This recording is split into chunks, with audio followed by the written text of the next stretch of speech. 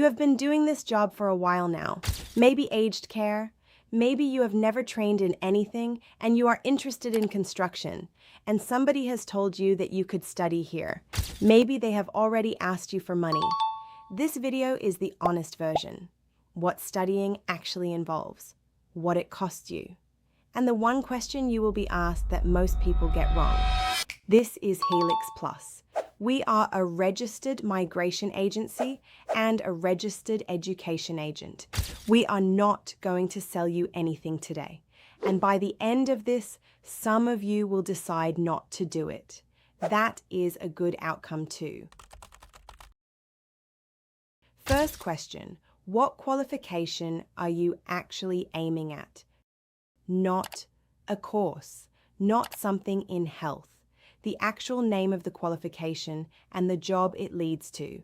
If you work in aged care and you want to become an enrolled nurse, that qualification has a name, somebody teaches it, and there are things you need before you can start.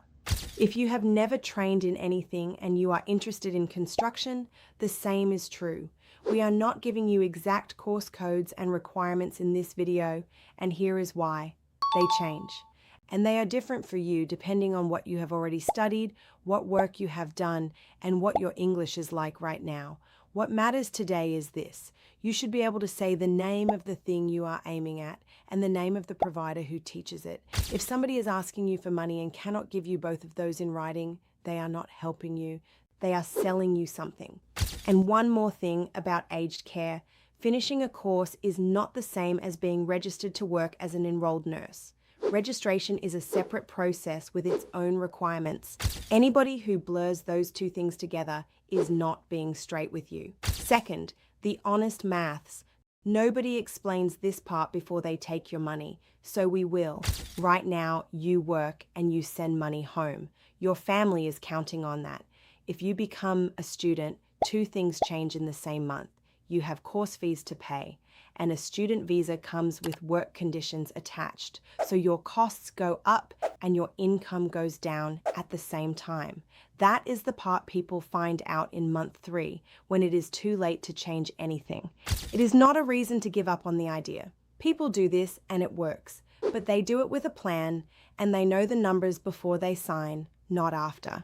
So work out 3 things before you commit to anything. 1. What does the course cost in total? Not the deposit, the total. 2. What could you earn under student visa work conditions? 3. What is your family at home expecting from you while you study, and have you talked to them about it? That third one is the hardest, and people skip it. Do not skip it. A lot of the stress we see is not about visas at all. It is about somebody at home who was never told the money would change. Third, this is the most important part of this video. When you apply for a student visa, you have to meet something called the Genuine Student Requirement.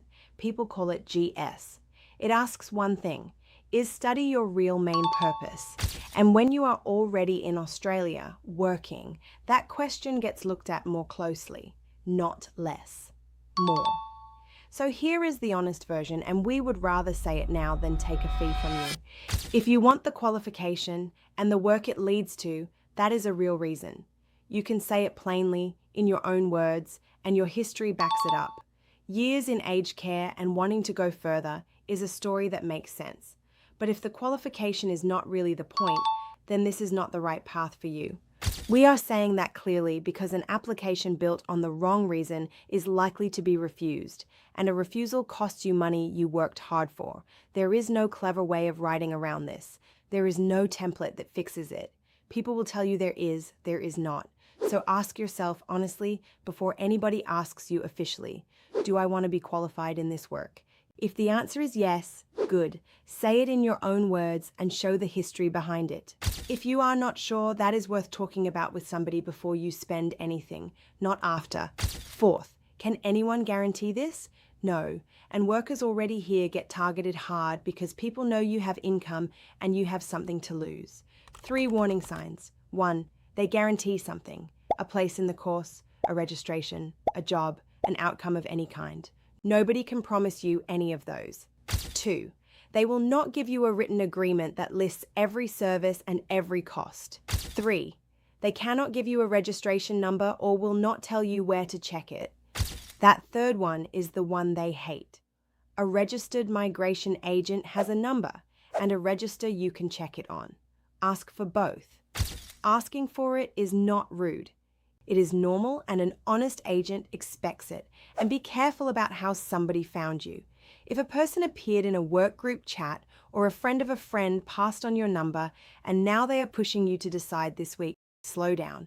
Urgency is a sales tool. It is not advice. Last one, what to check before you pay or sign anything. 4 things in writing, not spoken, written. The exact qualification and the exact provider. The total cost, not the deposit, what the whole thing costs, exactly what the agent does for that money. And this is the one nobody asks. What happens to your money if the application is refused? Almost nobody asks that last question, and it is the one that hurts. Refusals happen to good applicants for ordinary reasons. Anybody who behaves as though refusal is impossible is telling you something untrue. An honest person will answer all 4 without getting uncomfortable. And before any of this, there is one more conversation worth having. Talk to your employer.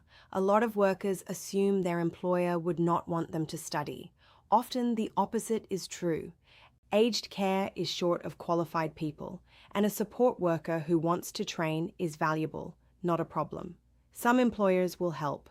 Some have arrangements already in place that nobody told you about. You will not know until you ask.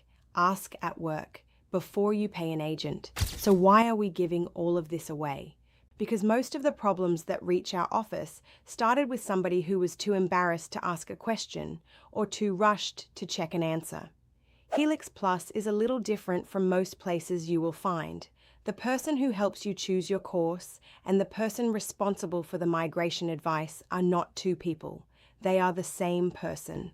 Both of the credentials that matter here are held by the same person. Qualified Education Agent Counselor, QEAC 13371. Registered Migration Agent, MARN 2418695. So nobody is guessing about the other half of your plan and no advice gets lost between 2 desks. We are not going to promise you anything. Our registered migration agent will tell you honestly if we think a plan will not work. Sometimes that is the most useful thing we do, and it costs us the fee. If you want to go through your own situation, go to study.helixplus.com.au and find out more about your study journey.